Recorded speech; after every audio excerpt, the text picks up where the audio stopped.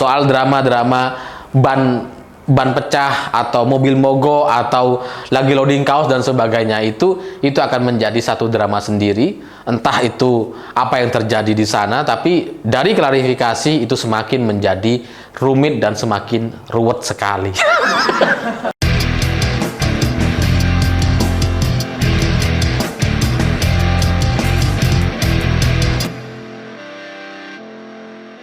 Selamat malam semuanya. Kemarin saya baca satu berita yang cukup menarik tapi juga aneh sekali, karena seharusnya cerita atau berita ini tidak pernah ada, karena muncul video dengan narasi bahwa mobil presiden berhenti di tengah jalan untuk ganti ban mobil. Terus kemudian ini viral dibicarakan oleh orang-orang. Kemudian saya juga baca ada beberapa komentar para buzzer kayaknya yang mengatakan bahwa wah, Pak Jokowi itu bekerja gitu ya, sama seperti kita, kadang-kadang kita harus ganti ban di tengah jalan. Dan narasi-narasi ini, cerita ini kemudian dipercayai oleh banyak orang ya, karena memang mungkin mayoritas masyarakat kita itu kan kalangan menengah ke bawah, yang mobilnya yang masih ada ban serepnya di belakang, yang masih mobil sejuta umat. Jadi kita percaya kalau kemudian ada mobil presiden yang harus ganti ban mobil di tengah jalan. Padahal untuk kalangan menengah ke atas, untuk pejabat, presiden, dan para pengusaha-pengusaha besar, itu mobil-mobilnya ya adalah mobil-mobil yang kelas menengah ke atas, yang memang mobil-mobil mahal, yang memang tidak ada ban serepnya. Untuk di level presiden dan pejabat, mereka tidak punya ban serep. Yang mereka punya mobil serep, yang kalau ada masalah di mobilnya, mereka ganti mobil, bukan ganti ban. Seperti kita. Tapi karena mungkin mayoritas masyarakat kita itu menengah ke bawah, jadi berimajinasi seperti kita, padahal enggak sama sekali. Mobil presiden ini adalah mobil yang mahal gitu ya, Mercedes, yang memang secara bawaan bannya itu menggunakan jenis RFT atau Run Flat Tire. Jadi mobil ini atau ban dengan RFT ini gitu ya, ini adalah sebuah ban yang kalau kena paku, kemudian kosong, lupa diisi angin atau kempes sama sekali, atau ada masalah di tengah jalan, itu nggak perlu ganti ban. Makanya mereka mendesain mobilnya itu nggak perlu ada ban serep, karena emang nggak perlu gitu. Karena kalaupun kena paku, bocor, nggak ada angin dan sebagainya, mobil ini dengan ban RFT itu tetap bisa melaju dengan kecepatan 80 km per jam sepanjang puluhan kilometer ke depan, atau sekitar 60 km menurut data. Ini saya juga baca data. Saya juga belum punya tuh RFT. Tapi mobil-mobil mahal itu seperti BMW, Mercy itu sudah memberikan mobil dengan lengkap dengan ban RFT ini. Emang udah menjadi standar bawaan mereka. Nah, mobil presiden itu pakai ban RFT, sehingga tidak masuk akal kalau kemudian harus ganti ban di tengah jalan. Nggak mungkin ini. Kalaupun ada masalah, Pak Jokowi itu pernah beberapa kali ada masalah di tengah jalan, trouble dengan mobilnya, itu ganti mobil gitu, bukan ganti ban. Kok tiba-tiba ganti ban? Ini apa ini? Ini drama atau gimana gitu ya? Karena ya bisa saja gitu ya, jelang pemilihan 14 Februari mendatang ini kan ada banyak sekali drama-drama yang kita saksikan gitu ya. Mungkin pengen bikin drama ban kempes. Atau kalau ini bukan drama, bukan settingan, saya pikir awalnya ini mungkin dikerjain sama pengawalnya. Mungkin pengawalnya juga sudah muak dengan pengkhianatan, sudah muak dengan orang-orang yang merusak demokrasi untuk melanggengkan politik dinasti dan dinasti politik. Bisa aja dikerjain, udahlah kita ganti banyak tengah jalan. Bisa aja gitu. Awalnya saya pikir, oh mungkin itu dikerjain tuh. Mungkin pengawal-pengawalnya juga sudah muak tuh dengan Pak Jokowi. Ya karena tanpa mobil itu, ketika Pak Jokowi ada di jalan, dia bukan siapa-siapa gitu.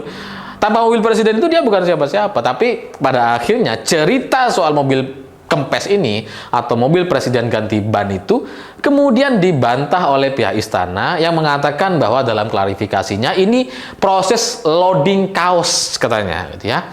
Tapi aneh gitu. Loading kaos kok di tengah jalan? Harusnya kan selama ini 9 tahun terakhir yang namanya proses loading kaos ke mobil presiden itu terjadi ketika Pak Jokowi lagi acara gitu ya. Pas Pampres kemudian di belakang yang ngasih kaos gitu kan untuk masukin ke dalam mobil gitu. Bukan lagi di tengah jalan seperti ini gitu kan. Itu aneh. Lalu pernyataan selanjutnya mengatakan bahwa ini katanya kenapa ada pas pampres yang jongkok di bawah duduk gitu ya, di dekat ban mobil gitu ya, yang melihat seolah-olah itu ada masalah dengan ban. Itu karena alasan mereka jongkok ini, pas pampres itu jongkok, karena di dalam ada ibu negara. Loh, tambah aneh. Tambah aneh ini. Ya karena Pak Jokowi ada di luar, sudah jalan agak jauh dari mobilnya, sementara ibu negara ada di dalam mobilnya. Ini kan cerita klasik gitu, cerita majikan sama supir nih. Ya karena kalau kita misalkan ada masalah gitu ya, atau kita butuh apa, suruh beliin sesuatu gitu ya, kita nunggu di mobil biasanya gitu ya, supir kita yang jalan keluar, kan biasanya kayak gitu. Ini jadi tambah aneh nih, ini ada apa nih? Kenapa Ibu Iriana ada di dalam mobil, sementara Pak Jokowi sudah jalan cukup jauh ke depan? Harusnya kalau ini dalam rangka kampanye, Ibu Iriana mendampingi dong. Turun juga sama Pak Jokowi jalan gitu, bukan malah di dalam mobil. Nah ini ada apa ini? Kunjungan itu kan kunjungan bareng, kenapa turunnya beda-beda? Yang satu di luar, satu di dalam, lihat. Nah, kenapa gitu? Padahal yang lain itu udah keluar, Pak Basuki keluar, orang-orang yang lain keluar. Ibu Iriana di dalam, nggak mau keluar gitu ya, maunya keluar di dalam. Nggak maunya di dalam gitu. Ini ada apa? Ada masalah apa? Apakah karena masalah soal apa namanya cara atau etika Ibu Iriana yang melawan relawan-relawan Ganjar Mahfud yang ada di jalan? Ya, karena sebelumnya gitu ya, ketika Pak Jokowi jalan itu kan disambut dengan relawan Ganjar Mahfud. Ganjar Mahfud, Ganjar Mahfud. Mobil presiden lewat di mana-mana di Jawa Tengah disambut dengan relawan Ganjar Mahfud di pinggir-pinggir jalan, di semua tempat gitu ya. Sehingga dalam beberapa kesempatan itu nampaknya membuat Ibu Iriana marah, atau entah Pak Jokowi yang marah gitu, karena sempat ada beredar video yang di dalam mobil presiden itu ada yang acung tangan dua jari begini. Itu seperti ingin menyampaikan perlawanan kepada masyarakat yang mendukung pasangan Ganjar Mahfud. Nah, ini kemudian juga menjadi pertanyaan di kalangan wartawan, itu yang mengacungkan dua jari itu siapa?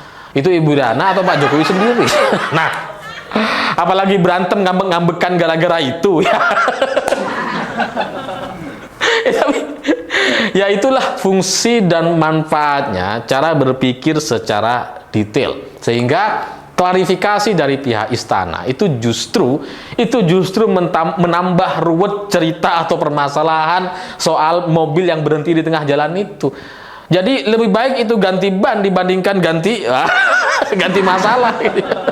Tapi pada intinya apapun masalah Pak Jokowi dengan Ibu Iriana ini menjadi tidak penting lagi, karena kekuasaan Pak Jokowi secara real di lapangan itu tersisa beberapa hari lagi. Setelah 14 Februari, setelah partai politik mendapatkan suaranya gitu ya, maka mereka tidak bisa disandera lagi, sehingga Pilpres, entah itu satu putaran atau dua putaran, partai-partai itu akan melakukan negosiasi sendiri tanpa Pak Jokowi. Tidak seperti sekarang-sekarang ini yang semuanya seperti masih bergantung kepada Pak Jokowi, sehingga tanpa kekuasaan yang besar yang dimiliki oleh Pak Jokowi, atau minimal dengan berkurangnya kekuasaan yang dimiliki oleh Pak Jokowi pasca 14 Februari, itu akan membuat masalah keluarga ini nampaknya semakin rumit.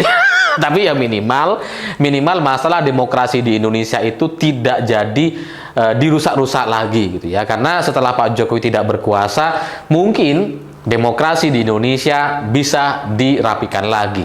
Yang tidak bisa rapi-rapi mungkin drama Ibu Suri. Karena nampaknya cerita-cerita seperti ini akan jauh lebih banyak lagi. Yang Ibu Suri berada di dalam, wow, seperti majikan. Ya karena di pemilu ini gitu ya, di pileg terutama, di partai-partai politik gitu ya, setelah mereka mendapatkan suara, mereka sudah tidak perlu lagi Pak Jokowi. Udah selesai mereka ini. Untuk 5 tahun ke depan, mereka sudah selesai. Sehingga ke depan mereka harus berpikir bahwa Pilpres untuk siapapun pemenangnya nanti, mereka akan bernegosiasi sendiri, tidak lagi terikat dengan Pak Jokowi gitu. Sehingga kalau nanti Pilpres terjadi 2 putaran, jangankan pendukung Anies, bahkan partai-partai pendukung Prabowo sekalipun terbuka peluang bagi mereka untuk otomatis berkomunikasi atau bersama-sama dengan PDI Perjuangan. Karena dalam sejarah pemilu di Indonesia, partai-partai yang ada di bawahnya gitu ya, itu cenderung akan merapat kepada partai pemenang pemilu. Nah, di 14 Februari itu dipastikan pemilu sudah selesai, sehingga ya selanjutnya antar partai inilah yang akan bernegosiasi sekali lagi tanpa Presiden Jokowi. Jadi ya soal drama-drama ban pecah atau mobil mogok atau lagi loading kaos dan sebagainya itu akan menjadi satu drama sendiri. Entah itu apa yang terjadi di sana, tapi dari klarifikasi itu semakin menjadi rumit dan semakin ruwet sekali. Saya pikir itu. Terima kasih sudah menonton. Begitulah kura-kura.